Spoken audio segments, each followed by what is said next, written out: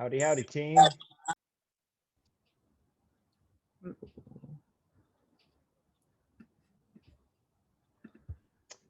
Good afternoon. What's up, Cosmo? What's up? Hello. Hey, Mia. You got your books from your dad? Tomorrow, Friday. Gianna, Trina, TJ.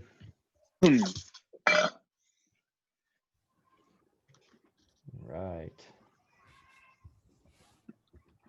As everybody pops in, make sure you got your slide deck open because we'll be working on one of those. You could also open a tab to quizzes. We're going to be doing something through that as well. How's everybody doing? Good, good. Tyler and Andrew, I'd like to see your whole faces, please. Could make a slight adjustment.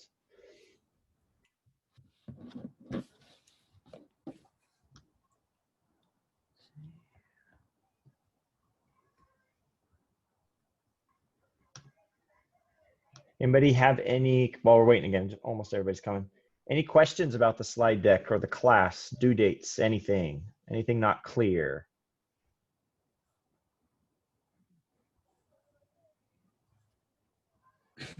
No? You just did an amazing job with all the instructions?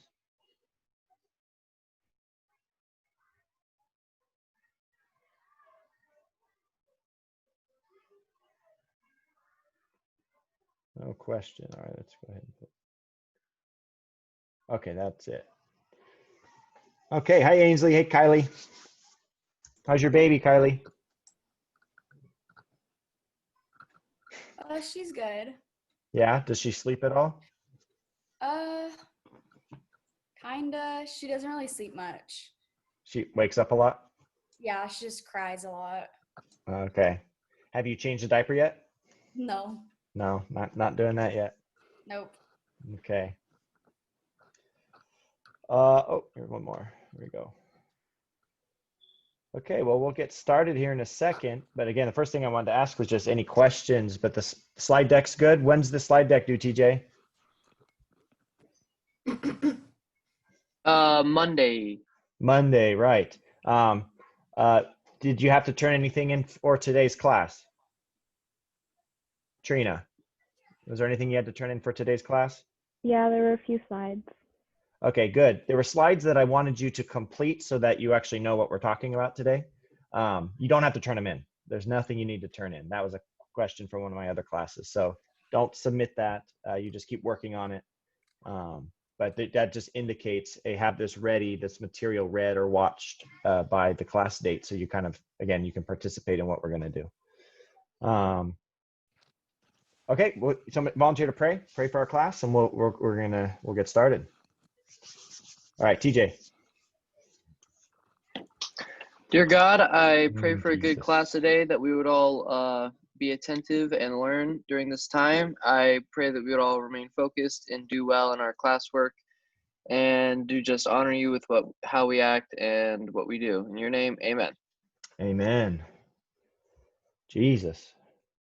Okay, first thing, I want you to, in the chat, I want you to type a definition of Western civilization.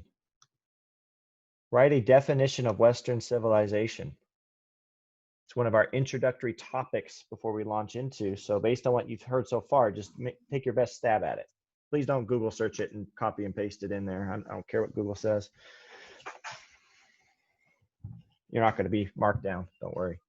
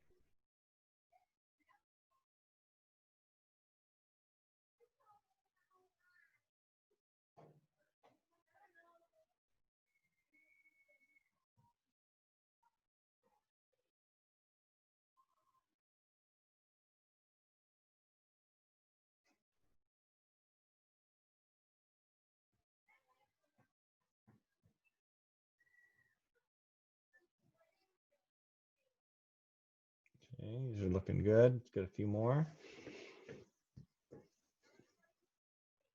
And if you've got yours in, you can get to the, we're gonna need a join code on quizzes in just a second.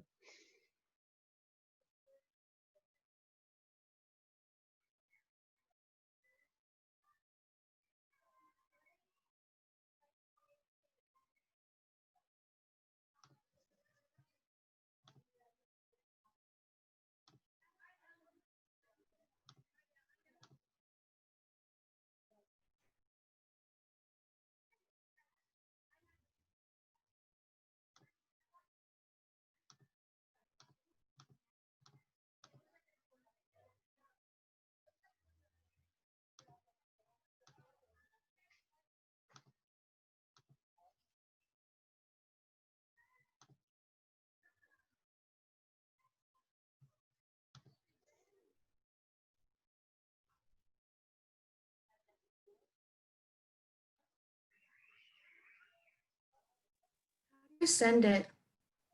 You should just be able to hit enter once you've typed it in. All right, let's read through these real quick. Let's see. Western civilization is a combination of faith and reason to make a functional moral society. The civilization that was in the West, and it was like a new empire, a new way of life. A modern civilization used by well-functioning societies. Western civilization is a I jumped to it. Western civilization is a combination of ideas that are derived from Athens and Jerusalem and are the foundation of many modern countries. Is the adapted religions and morals of our modern society, where we have equal rights and an equal sense of morality and reason. Was Western society and religious beliefs. Had to do with faith and society. Basics of equality and morality. Part of the Western society with an equal sense of rights and morality full of different religions. Okay. All right, so that's good.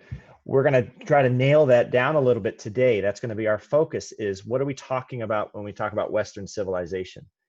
Because, like I said, you could study world history from so many different perspectives. You could study it from just geography. You could study it in terms of religions. You could study it in terms of famous people. You could study it in terms of migrations, economics, blah, blah, blah.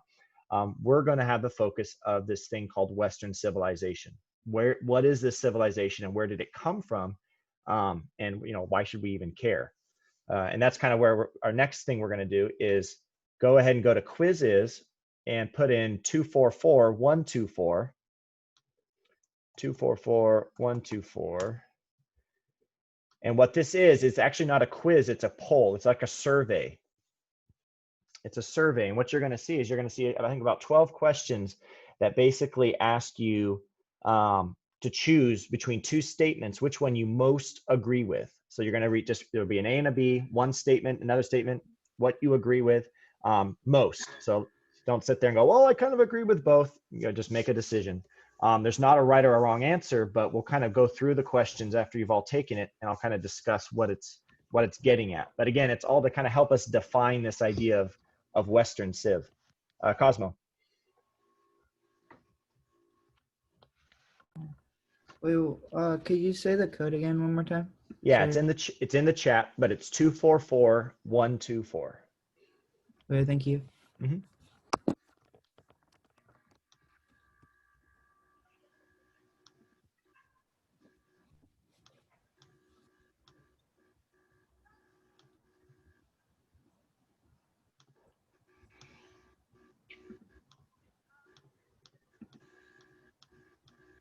Okay, let's see. All right, here we go. I think we got everybody in there. So again, just read the statements and to the best of your ability, which one do you most agree with?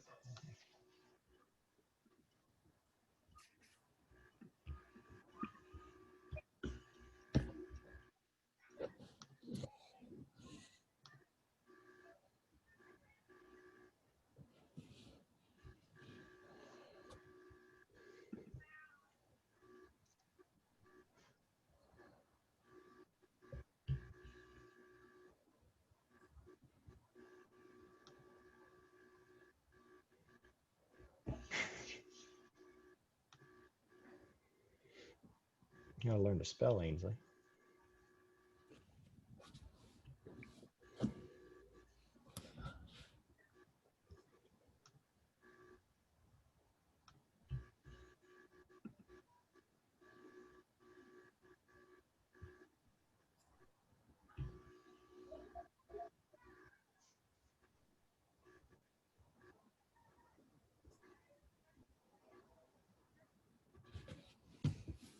What if you like both?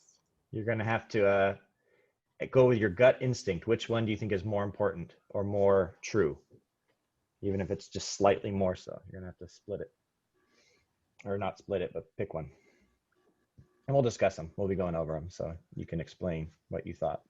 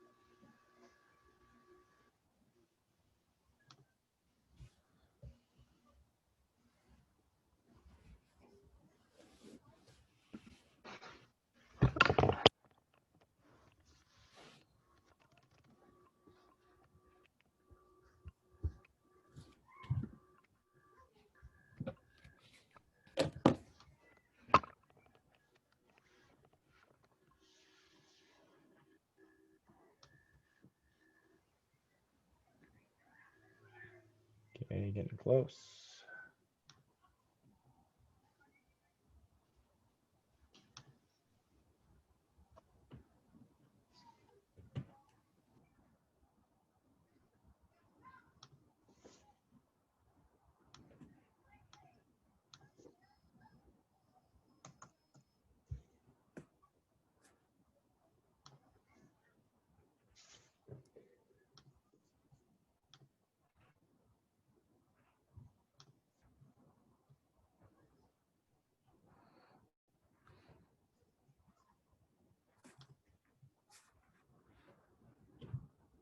Okay, just about there.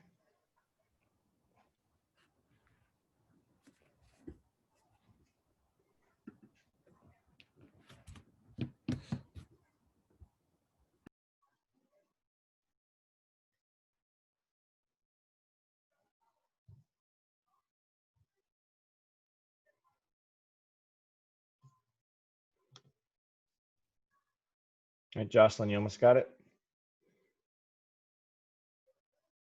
Don't worry about being right or wrong. It's just whatever you think.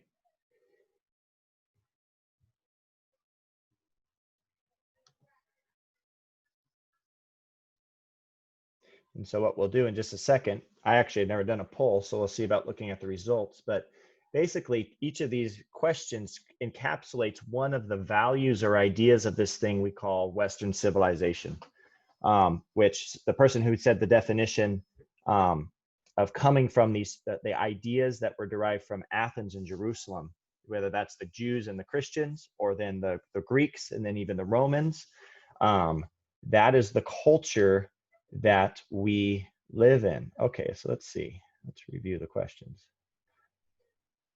All right, I'm going to share my screen and let's take a look at what you guys said.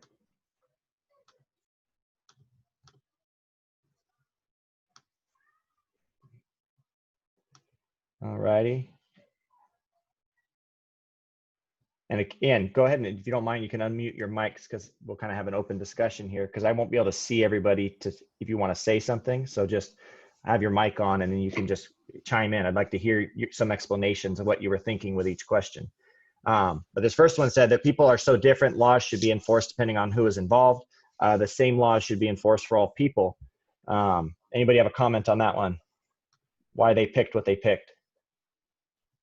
Looks like almost the vast majority picked the second one.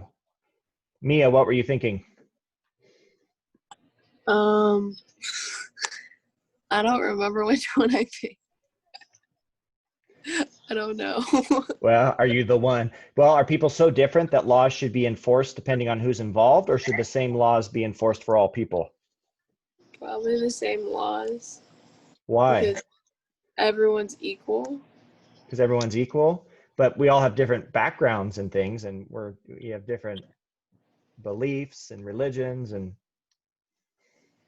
I don't know. Trina, why'd you pick what you picked? I just thought it was more fair, I guess, to have the same laws for all people. Okay, so that idea more fair, we call that rule of law.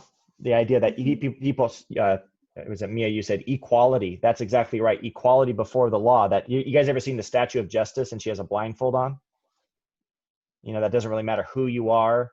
It depends on what the same law is going to be enforced. That's a Western value. That's a Western value. We're going to read a law code next week, and you're going to see the law actually, but there were different punishments and different things depending on who it was that committed the crime. And so the idea that we should all have equality before the law, we take that as normal. Like we just think that seems fair, quote unquote. But that's because you are a product of Western civilization. And so B, the one that, again, it's not surprising, the one that 10 of you chose is the more Western way of looking at law. Let's see. Society is best organized by individuals who can take care of themselves. Society is best organized by a government and experts that can take care of its citizens. Anybody want to explain which one they put? Can This I? one's a little more evenly split. Was that Gianna? I picked society is best organized by government and experts that take care of its citizens. I did that one because we were talking about it in English class. But when people are left by themselves with no one to like check into, then they turn corrupt, like in the Lord of the Flies we read. Oh, okay. So that one on the left makes you think of Lord of the Flies. Okay, good. Somebody else. Why they picked? Andrew, which one? Why? I push the government because if people just care for themselves, I'm sure like a lot of stuff would be like wrong in this world, like homelessness would be like way up probably, and other stuff like that. Okay, because you think people want to be homeless, and so if we just leave them alone, they'll just end up homeless. Yeah. Okay. Anybody who didn't pick good? Anybody who didn't pick the government one? Say why. Cosmo. Because like it depends, because you don't want to have socialism, so you still want freedom. You mean you think that maybe your dad knows best how to take care of his kids rather than the governor in Sacramento? Yeah, that's what I'm saying, like freedom. Okay, right. Yeah, so again, not right or wrong answer, but the Western answer, the answer that the West would give is the first one, is this idea that individuals should basically take that responsibility and that they know better what they need and how to care for their own families and their own communities than say an expert because they have a degree or because they're somewhere in the heights of government.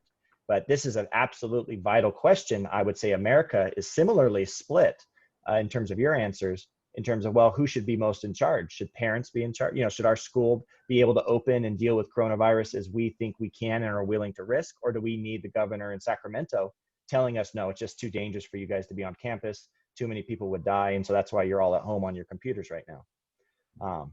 If it was left up to A, based on what I've heard from parents, we'd be having school right now in the classroom. But how much control our government's going to have is a big debate. Historically, though, it's been individuals in the West. Your ideas can be wrong. All ideas are true depending on your perspective. A little more one-sided. Anybody have a reason why they chose that? What they chose? I said your ideas could be wrong because some people just have the wrong ideas. You mean so you would say there's something called truth? Yeah. Would you Some say things there's are true, some things are false. Like the earth is not flat. That's a wrong idea. So that's just one example, but yeah. Okay. Yeah, this one kind of gets at the idea of absolute truth. Is there things that are absolutely true and you can be wrong about that? Or is everything relative? And again, the West, when we talk about Western civilization, we come down more on the side of no, there's absolute truth. And we need to change ourselves to learn that truth versus, well, we can all kind of create our own truth, which is something you actually hear more and more today. But Western civilization said, no, there's an absolute truth. And yeah, your ideas can be wrong. A person should be free to do whatever they want. A person should do whatever is best for the larger body. Interesting. Another good split. Tyler, what'd you pick? Or why'd you pick what you picked?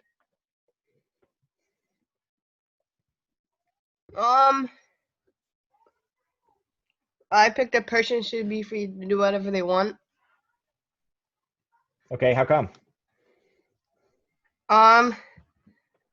Just so like, so there's more peace and they're not all arguing. Oh, you mean trying to control More each other? happiness. So you're not trying to control Yeah. everybody? Okay. Yeah. Can Anybody I explain else? my answer? Yeah, go ahead. I picked the person should do whatever is best for the larger body, but it was more of when people are completely free to do whatever they want. It's like we should be free and set guidelines. We not like people shouldn't have control over us, but we should be free to a certain point. We shouldn't be completely free to do whatever we want, but like have guidelines, but not have somebody overall controlling someone else. Okay, where would you maybe put the limit on your ability to do whatever you want? Like, how do you know when that stops? I think when it becomes harmful to other people, that's when it should like if somebody was like harming someone else, is it like, are they free to do that because that's what they want to do? Or should somebody else help the person who's getting hurt? Right. Okay, good. Yeah, this is an age-old question in Western civilization, because Western civilization is definitely about freedom, definitely about liberty. Like I said, individuals getting to decide for their families. But the question is, well, how do you balance that? And what yours basically is a good argument, because if I'm free to do whatever I want, but that destroys Cosmo's freedom, then now I'm impinging on his ability to do whatever he wants. And so striking that right balance of how much do we let people run their own lives, and then how much do we have to control them or limit that so that they're not hurting other people's freedoms, that's something that the West has really sought to balance. Maximize it, because if we all of a sudden had this kind of an anarchy idea of freedom means we can do whatever we want. Well, that's going on in Portland right now. That's what's going on in Chicago and up in Wisconsin. You know, people are doing whatever they want. They're burning and they're rioting and they're destroying. But you'd have to ask yourself, is that really now a free place? Would you feel very free to live your life in those places when there's anarchy? I think the answer would be no, you're not very free, you're afraid. And so this balance of freedom is a huge thing we're going to be looking at in our class this year. We'll go a little bit faster, but looks like most of you think science works and provides powerful insights. That's definitely the Western idea. Faith in science, faith in observation, faith again in absolute truth. Let's see, laws help us live safer, happier. Whoa, this one was completely one-sided. Either we're not a lot of President Trump fans, or you guys are good Westerners who believe that rule by law is the best way to go. You don't want a king or a person being the one who controls your lives however they decide they want to do it. That's definitely a Western idea. We want the law or the Constitution, or Protestants said, we want the Bible to be in charge. We don't want the Pope. We don't want the king. We don't want the dictator to be in charge. So you're products of the West. Let's see. It's best to be free. It's best to be safe and comfortable. Anybody want to say something on this one? Gianna. Mine is the same one with the last one. It's good to be free, but at the same time, with guidelines so that you can still be safe while being free.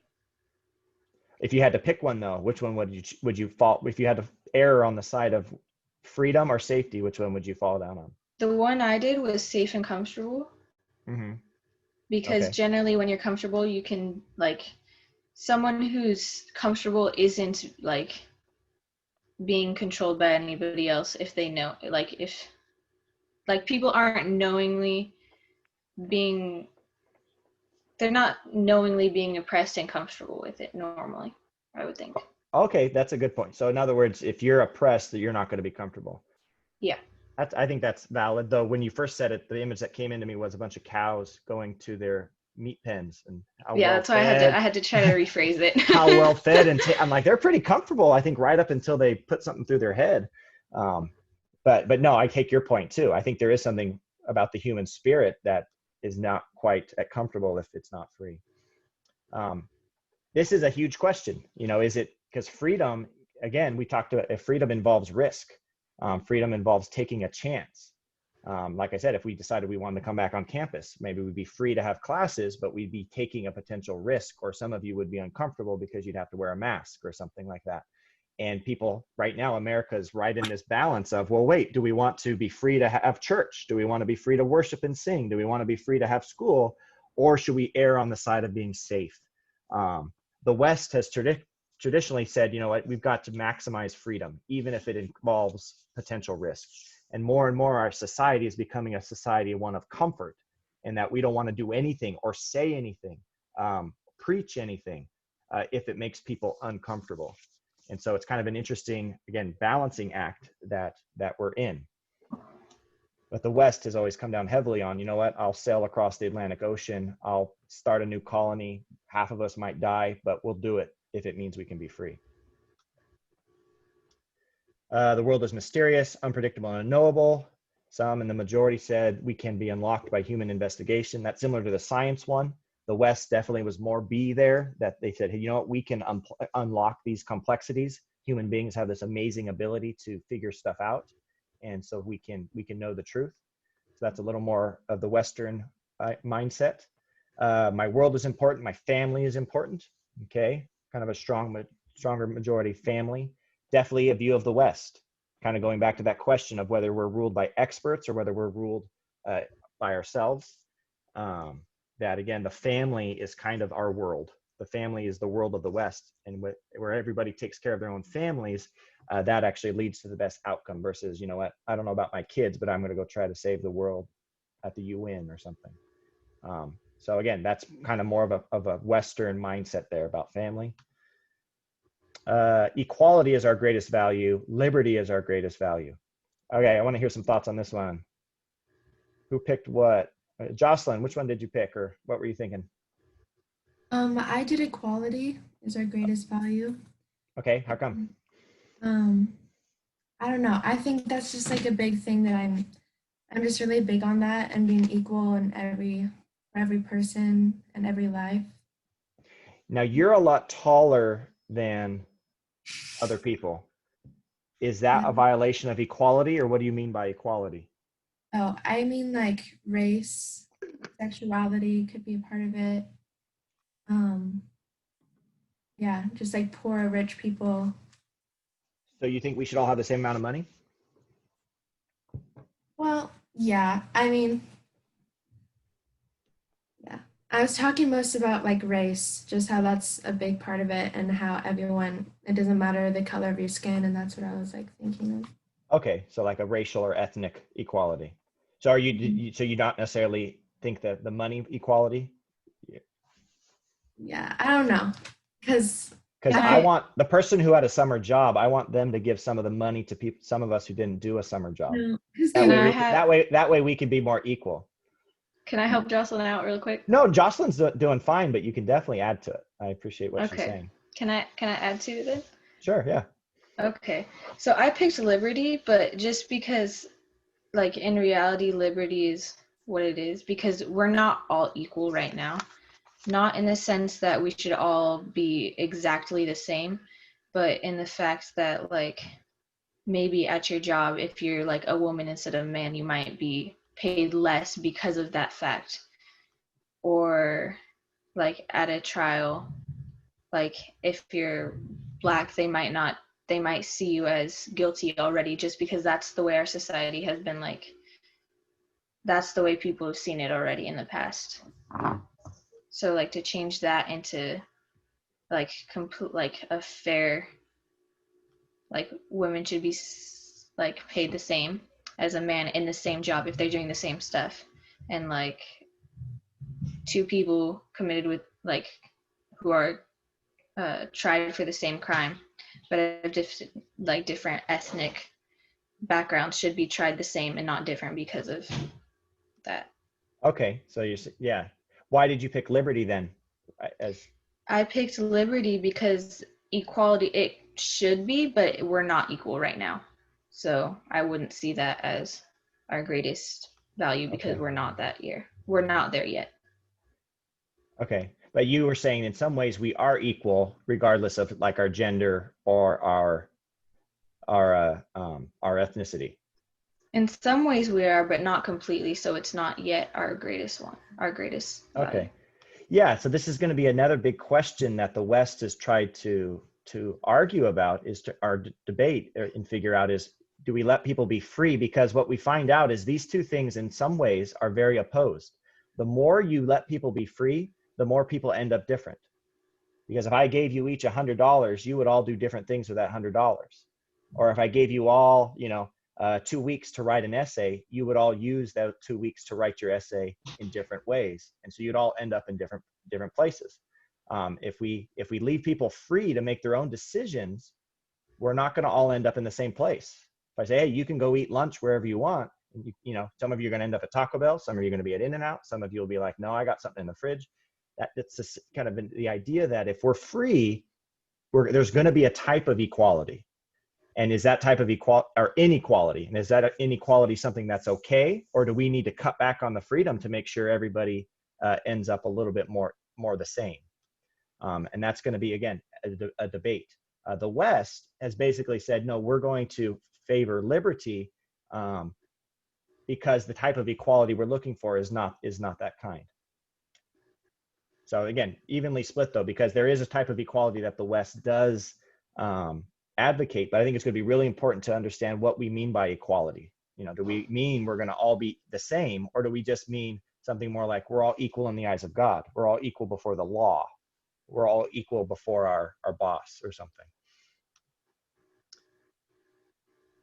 Let's see. Character and personal decisions are key indicators of a person's future success and happiness. Race and social class are the key indicators of a person's success and happiness. Okay, good. Yeah, the West would say, again, it's not the goal. The goal is that it's your character and your personal decisions that are going to allow you to live your best life. And that even if there are racial and social things at odds, those can't hold you back. You might be poor, but that doesn't mean you can't be happy. You might be rich, but doesn't mean that you're going to be happy. You might be a slave, but that doesn't mean you can't have a meaningful life. So we're going to be looking at, again, what allows people to be happy, because these are ideas that the West has spent thousands of years trying to figure out. And again, I would say, based on your guys' responses, you reflect the fact that you are all Westerners. You are all part of this Western civilization. And so kind of one of the purposes of this class, the way that I teach it, is to make you self-aware, because we tend to grow up and we just think, well, everybody thinks freedom is important, or everybody thinks this is what equality means, or everybody thinks that, science is what it, comes from, is the way to go. But those are actually, we only think those things because we have grown up in this thing called Western civilization. And we believe people should have rights. We think women and men should be treated the same. I think most of us would agree different ethnicities should be treated the same.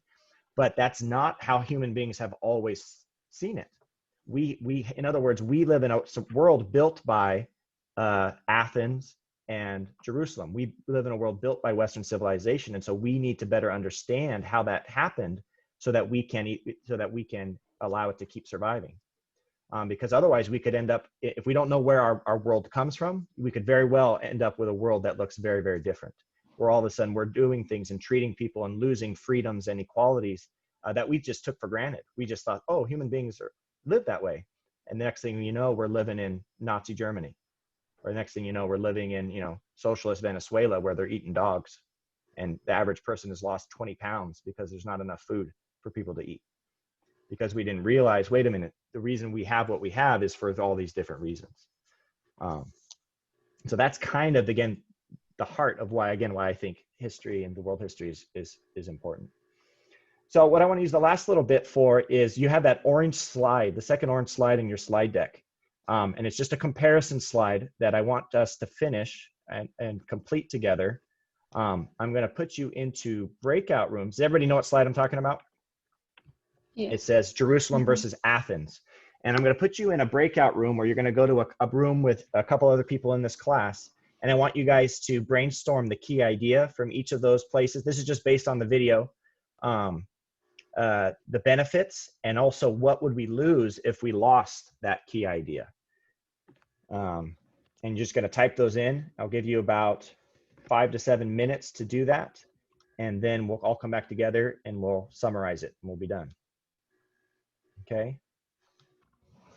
Any questions? Okay, so here we go. I'm going to do breakout rooms, send you over there. We'll do 4. So you have 2 to 3 people in your room. Here we go.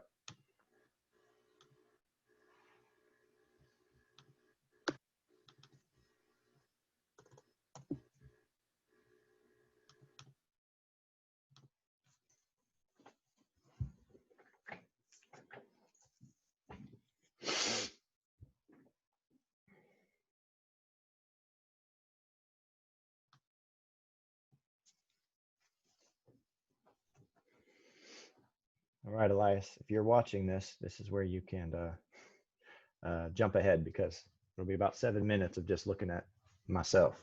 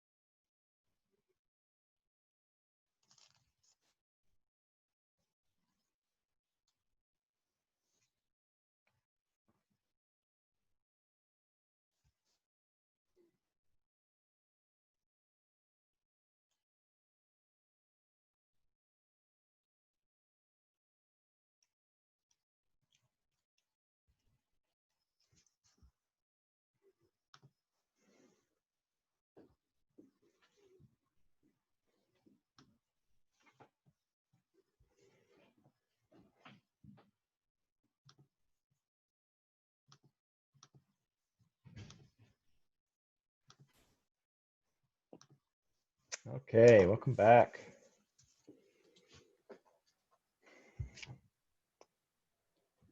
Here they come.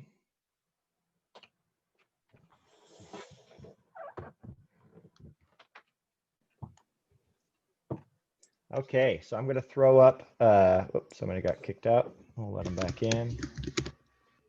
I'm going to throw up the slide just so I can take some notes on what you guys say. So the pillars of what we call Western civilization, the United States and the kind of our way of thinking built upon these two places, Jerusalem and Athens. Anyone want to share the key idea for either one? And again, I'm sharing, so if you could just speak up, I won't necessarily see if you're raising your hand.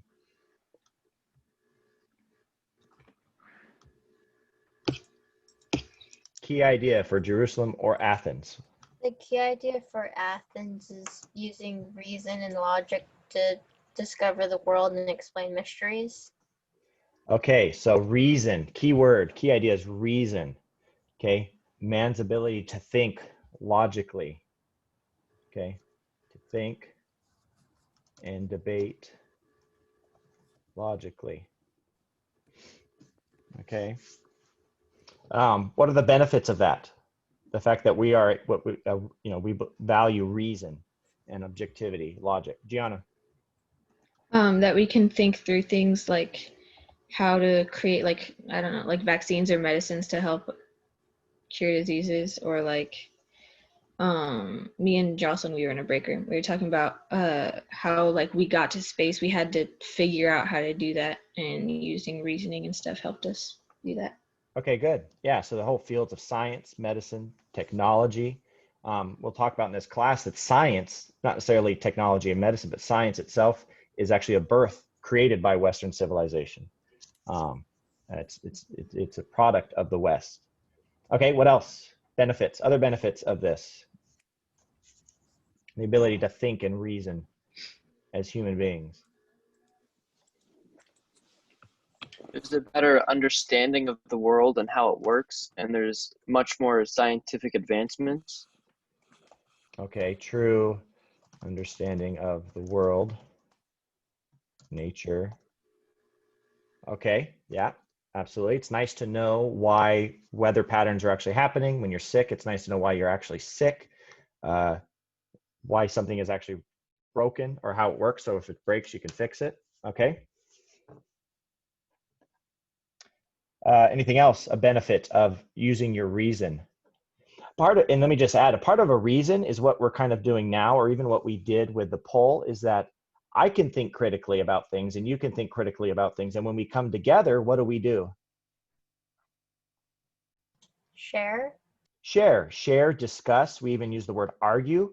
The word argument doesn't mean that you shout and scream. It can turn into that. But an argument means you have a perspective, a reasoning, and you share that with somebody else, and you go back and forth and try to together come closer to whatever the truth actually is. And so I think you have the idea of debate, discussion, and then a big one, free expression of ideas. And that what reason really opens the door to is, hey, you know what? Let's actually try to solve, get closer to the truth together. I have a poster in my room that says, "Don't worry about being right. Worry about what's true." And that's something that we do when we come together and we reason together. And that's something that the Greeks and the Romans pursued, endlessly. So if you value the fact that no one can force you to think, say, worship a certain way, we can thank reasoning for that. Another way to say this that I think is important is independent thought. Independent thought, that you can have your own mind. You don't just have to think like everybody else. You don't have to just accept what everybody else says. You can use God gave you your own ability to reason, and you can pursue that. Okay, let's switch over before we do the without it. That's the key idea of Jerusalem. Morality. That's close. I want to use the R word that was from the video. But, Religion. ooh, not religion. I don't like that word. Ugh. Revelation. Yeah, revelation. which, what's the root word there of revelation? Reveal. Revealed. So in other words, you didn't figure it out. You didn't reason your way to it. It was shown to you. It was revealed to you. And so this is where we call like divine wisdom, or, you know, guidance or teaching or whatever. So religion is the right track, but the idea of revelation is stuff that's been revealed to us by the supernatural. And what's the benefit of that? What are the benefits of a culture built upon the revelation of God, the teaching, the wisdom of God? We're moral. Okay. So a morality, that's a benefit. In fact, you can find people that if they try to live their lives with and ignore their own conscience, they tend to go crazy or tend to be very miserable. And so to ignore that is a negative thing. What else? The benefits of God's wisdom, God's believing there's a God that needs to reveal things to us. TJ? Life has meaning. Yes.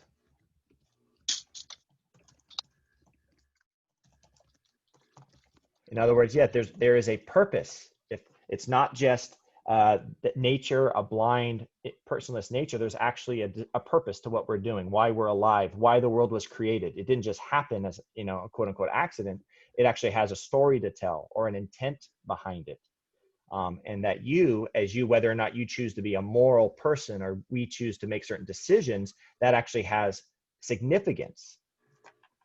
Actions have significance because you're either following that purpose or you're running away from that purpose. What else? Another benefit to believing in a God that drives some of these things, or a divinity.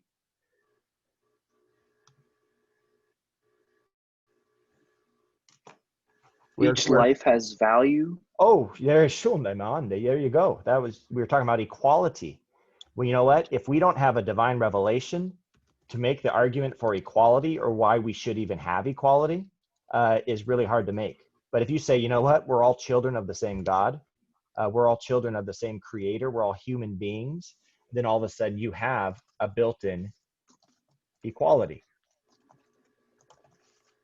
And so the key revelation is that the idea, slave, Greek, Jew, or master, you are equal before God and you're going to be accountable to him. And therefore, that's the type of equality that the West is going to support. And if we're all equal, then we have these things called, who says you have any rights? Who says you have a right to religion? Who says you have a right to assemble, to own a gun? Who says you should have these rights? Maybe the king says it today, but then the queen says no tomorrow. But if you believe there's a God, then you think, you know what, no matter what any human being says, I have certain rights as a creation of that God that no person on earth can violate. That there's no worldly authority. And so that's what we mean by inalienable rights. An inalienable right is something that belongs to you, and nobody, not even the president, not the Constitution, not even your parents, can take away. But that only comes if there's a higher authority. The higher, if there's a higher divine authority in life. And that's one of the benefits of revelation. What happens to our world, we'll wrap this up here. What happens to our world if we lose either of these? These are kind of want to view these as pillars holding up Western civilization. And that if you say, well, no, I really only like this one, and you ignore the other one, there's some potential negative effects. And we'll be fleshing this all out over the course of the class, but what did the video got into this, but what happens if you lose one of these?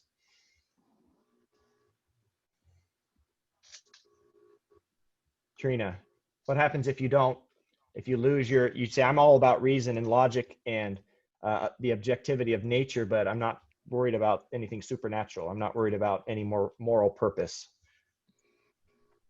We lose our morals, and that's all I can think about is morals. Okay, so how would you define right and wrong? How are you going to define right and wrong without God? Who's the referee, in other words? Gianna might say, well, no, it's wrong to pay a woman less than a man. And then I show up and I say, no, it's okay. Because I like men more than women. I'd rather work with them more. And she'd say, that's wrong. Who says?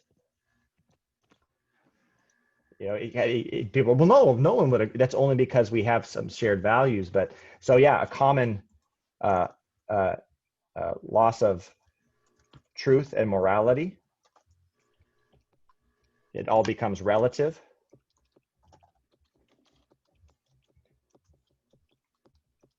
You also get this idea, just for the sake of time, of nihilism. Anybody know what nihilism is?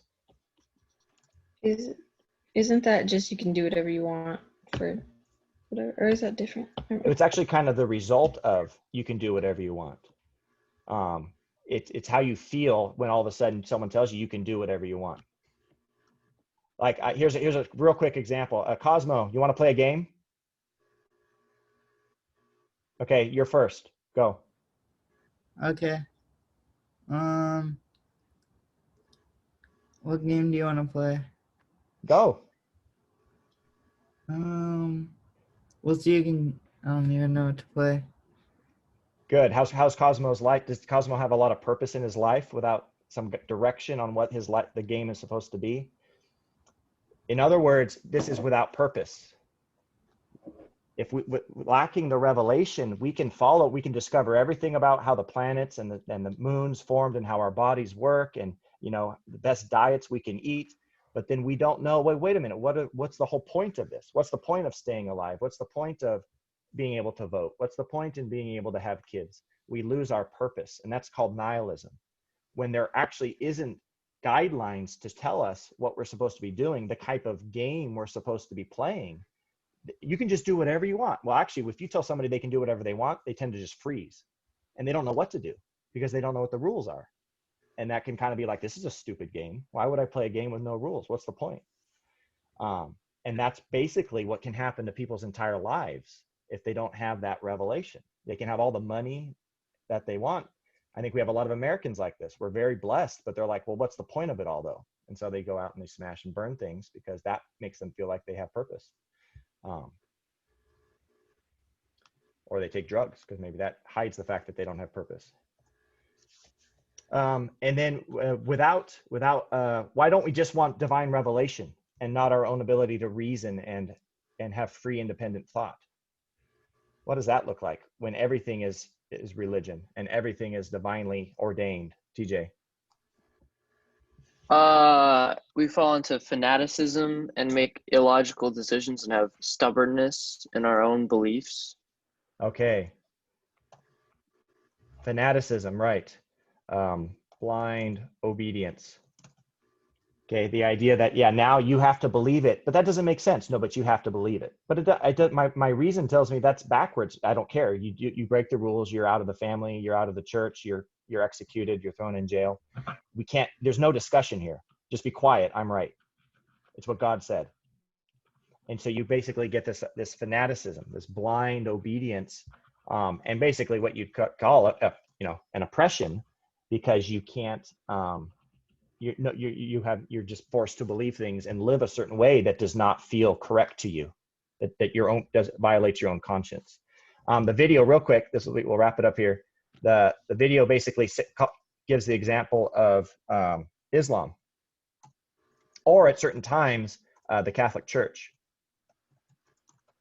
where they were basically what we'd call a theocracy, a society ruled by revelation only, and reason and logic and were not allowed.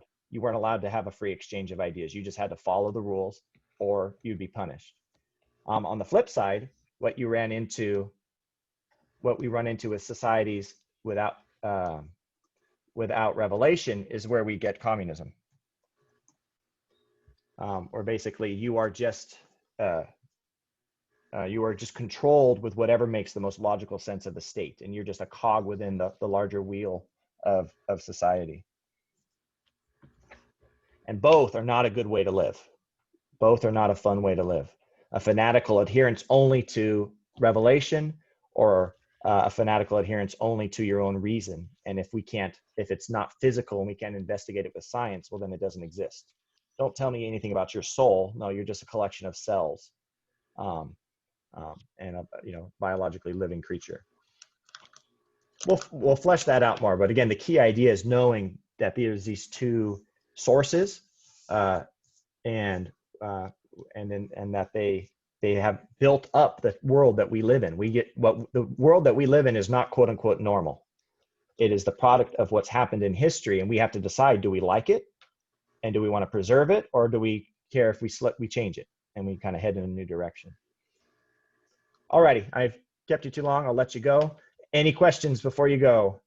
Friday, we will be working on this. We'll be looking at 2 creation accounts, one by the Hebrews in Genesis and one by the Babylonians, and we'll be comparing those. So you can continue working on the slides if you're still doing those. Otherwise, I appreciate the chance to talk to you guys and your participation. Alrighty. Yep. If you don't have any questions, adios. Have a great day. Enjoy your afternoon. But if you have a question, ask it now. Go ahead. Who was that? Kylie said her computer died. Kylie's. Okay. I appreciate you letting me know that. Yeah. Okay. Great. All right, guys.